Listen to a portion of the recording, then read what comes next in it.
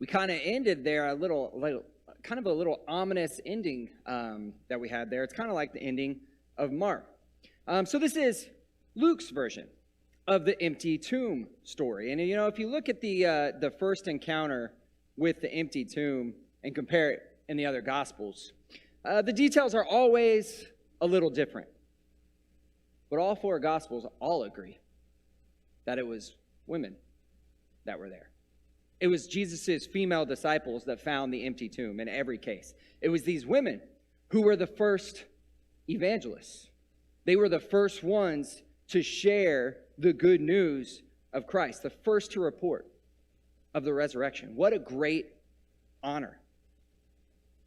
In here, looking at the setting, here the women are, is my clicker going to work? Maybe not. Can we go to the next slide? Thank you. So these women are, in Luke, it gives us three names: Mary Magdalene, Joanna, and Mary, the mother of James. However, verse 10 says that there was others with them, implying that maybe there was even more. May have been a pretty big group of women, but we only get certain names. Each gospel author only gives certain names. So Luke 8 gives us a little bit more of the backstory on these women, just a little bit.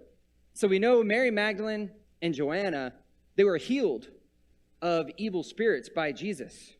And they traveled with the disciples as if they themselves were disciples. They traveled with these men, which was scandalous. I think we need to acknowledge that. That wasn't normal. Women didn't travel with disciples. Jesus was doing something radical here by including them in as disciples and being part of this mission. But one thing that I find ironic is Luke 8 tells us that Joanna was married to Herod's accountant, to Herod's house manager. And then it says that these women helped fund the mission. So if you think about it, remember Herod, he's the one who's afraid of Jesus. He's the one who's afraid of this guy who people are making these claims that he's going to be the king of the Jews. And here he is indirectly funding Jesus and the disciples through Joanna, who's helping fund this. Interesting. And then you got Mary, the mother of James, which Mary was a really common name back then. There's lots of Marys. It can be confusing. It's kind of like the name Mary is today. So we don't really know who this is. It says Mary, the mother of James. And so some people, you could guess maybe this is Mary, the mother of Jesus, and James, the brother. Probably not. They probably would have said Mary, the mother of Jesus. So who's James? What James are we talking about here? It's probably not talking about Mary, the mother of what history knows as James the Great. Now, James the Great is the guy who is the brother of Jesus, the guy who becomes the head guy, the head apostle, or the head leader of the Church of Jerusalem, the guy who the Epistle of James is attributed to. That's James the Great. This is Mary, the mother of James, probably son of Alphaeus. We all know who that is, right? No, you don't. I don't know who he is. All we know is he was one of the 12. And that's about all we know of James, son of Alphaeus. So, unfortunately, James, son of Alphaeus, actually got the unfortunate nickname James the Less. And so anytime, and it's probably really unfortunate for this guy. Anytime people ran into him, they'd be like, oh, you're James. James the Great. You're the brother of Jesus. You're the leader in Jerusalem. And then he'd be like, actually, I'm James the Less. Wah, wah, wah. And then they'd be, but I was a disciple. And then they would do kind of like they do to Ant-Man. They would be like, oh, could you get me James the Great's autograph? That would be awesome. So this guy, James the Less, his mom actually gets more time in the Gospels than he does because she was here at the empty tomb. And so really all this to say, these women showing up here, they were significant, instrumental in the life and ministry of Jesus. And I bet they were very important to him. And so the setting is important. The people there are important. The time is important. It was Sunday morning. This is why Sunday morning is called the Lord's Day. It's because it was when the resurrection happened. It was when Jesus was resurrected. And it's really why the church meets during that time. But it was in the morning, early morning. This picture is too bright. It would have been dark, maybe at dawn. And so the early church would replicate that. The early church, we think this is why they met so early in the morning. If you look at early historical sources, they met before dark. They met before the sun came up. So Westgate, it ain't happening. That would be very difficult for us to meet that early. But the early church, they met that early. But it was Sunday because, and of course they wouldn't call it Sunday because that's Sunday, even the words are to the sun God. They would not have called it that. But it was the day before the Sabbath, and you can't work on the Sabbath. You can't go prepare a body. You can't put the spices on the body on the Sabbath. That's work. And so these women were present at the crucifixion. A moment so horrible, so traumatic, so crushing, that really there's no way to explain it. There's no way to describe what these women felt witnessing this. But then the Saturday, the Sabbath, the next day, that may have been the worst day ever. Definitely it was the worst Sabbath ever. It was a day of grief. But you can't even just begin to describe the grief that they felt. And they couldn't work. They couldn't do anything to take their minds off of it. They just had to sit there and wallow in that pain. They saw a loved one and a friend tortured and killed right before their eyes. But it was more than the loss of a friend. It was the loss of a movement. It was the loss of hope. It was the loss of what they thought was going to be an earth-shattering, world-changing event. When they saw Jesus die, they lost all of that. Their hope was gone. And so on that Sabbath, I bet it was hard for them to even pray. Maybe they didn't. They probably wondered if God even cared. They probably wondered if God got beat, if he wasn't as powerful as they thought. And so for some in the Christian world, in this moment of utter despair, depression, loss of faith, distance from God, wondering if he's even there, it sometimes ends up being called the dark night of the soul. It's based on a poem by St. John of the Cross where he speaks of this. It sounds scary, right? It sounds like an emo band. But it's a time of doubt, a time of spirit. I like the term spiritual dryness, where nothing feels spiritual. It's all mind and no heart, all logic and no sense of wonder. In a dark night of the soul, maybe you feel like your prayers aren't going anywhere, like they're just bouncing off the walls. And with that comes this doubt and this spiritual dryness, and you feel separated from God, but then you feel alone in it. It's a lonely time where you feel disconnected. And like we talked to Sunday morning, or in Sunday morning Bible class, that it's so important to have that connection with the community. But maybe you've been in a drought like this, in a dark night of the soul, where, and maybe it's not just a day, maybe it's spread out over a season, where you don't even know what you believe anymore, where you're not sure about God, where you're wondering where God is, how he works, feeling like he's not getting through to you anymore. And in all these feelings, you feel so separated from God and others. I think these ladies probably felt that and then some on that Sabbath before the resurrection, on that day of grieving. And not always. This isn't a hard and fast rule. But if you're in a place of this dark night of the soul, feeling this separation, oftentimes, not always, oftentimes, it's associated with or comes after a bad event that shakes you to your core. Something bad in your life that happens that causes you to doubt everything. That causes you to think, maybe I've done a grave miscalculation.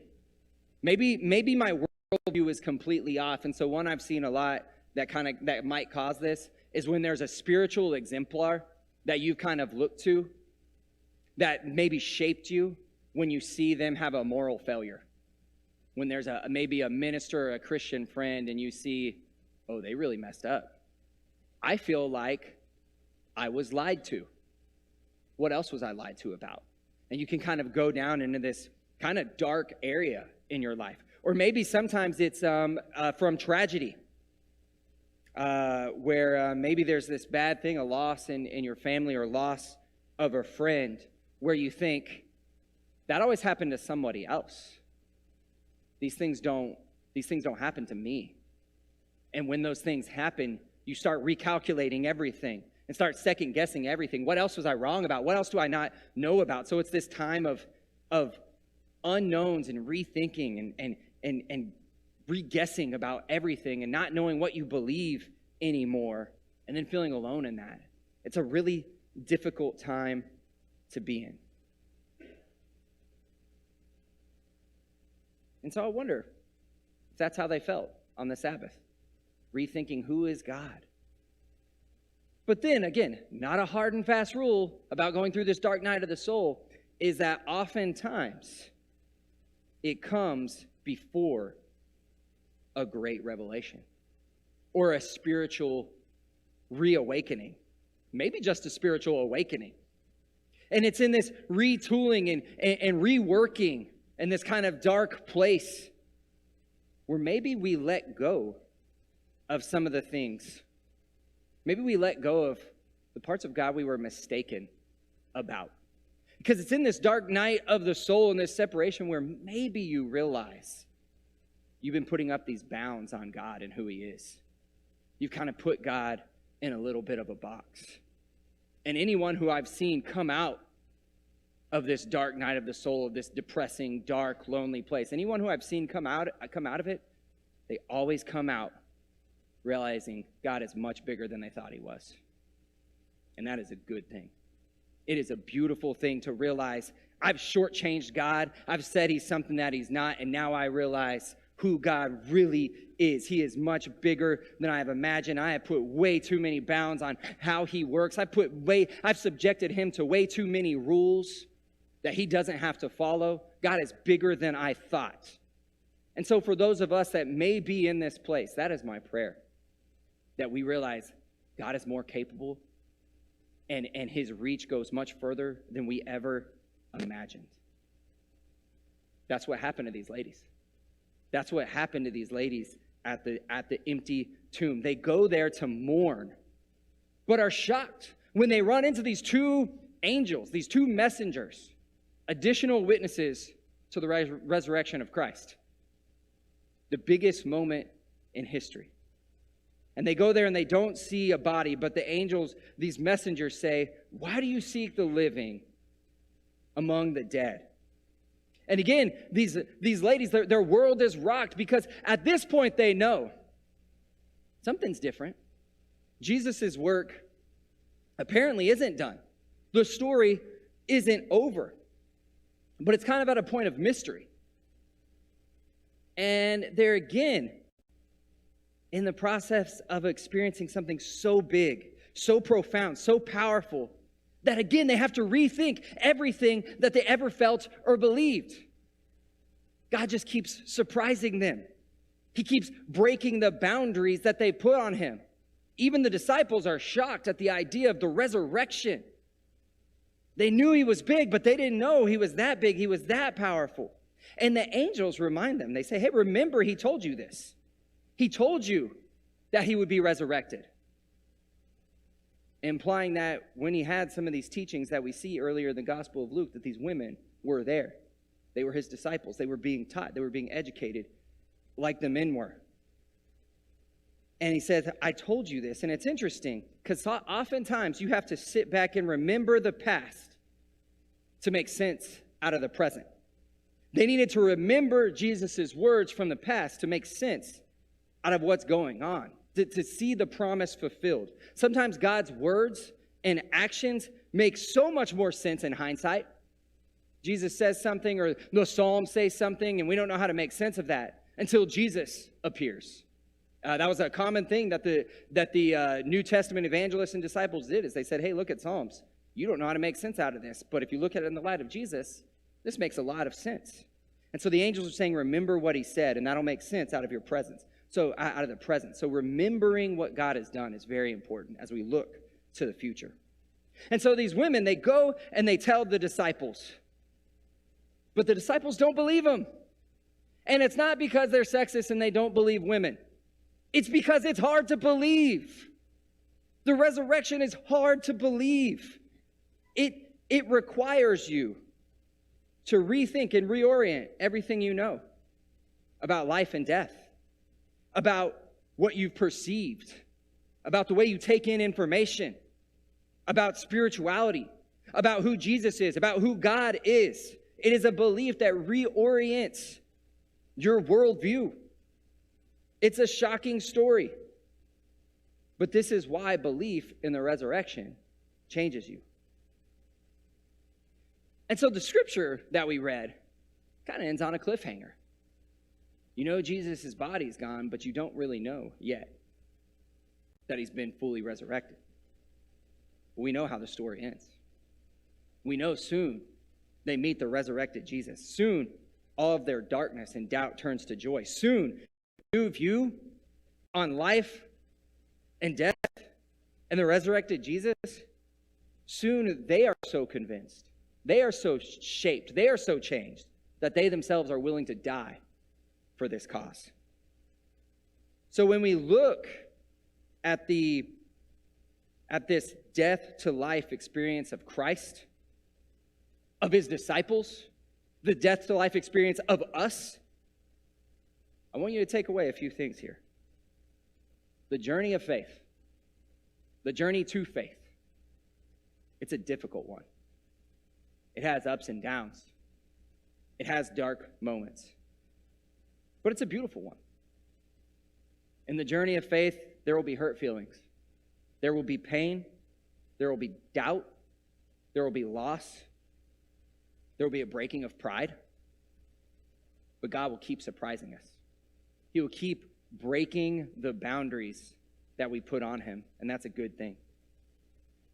And like I said, sometimes we focus on the bad, the areas we lack, and we slowly lose faith in God. The ladies went to the tomb expecting a body, not a full spiritual, earth-shaking revival. So we too need to learn to believe God, to remember the good things he's done in our past so that we can expect big things from God in our future. We need to learn to wait on him patiently in the hard moments, knowing he will come through. The moments of darkness do not last forever. And on the other side of that is life, beauty, and revival. If you're here this morning and you want to experience that life, if you want to experience this love, if you want to experience this community and the forgiveness and grace that God offers, we invite you to come now as together we stand and sing.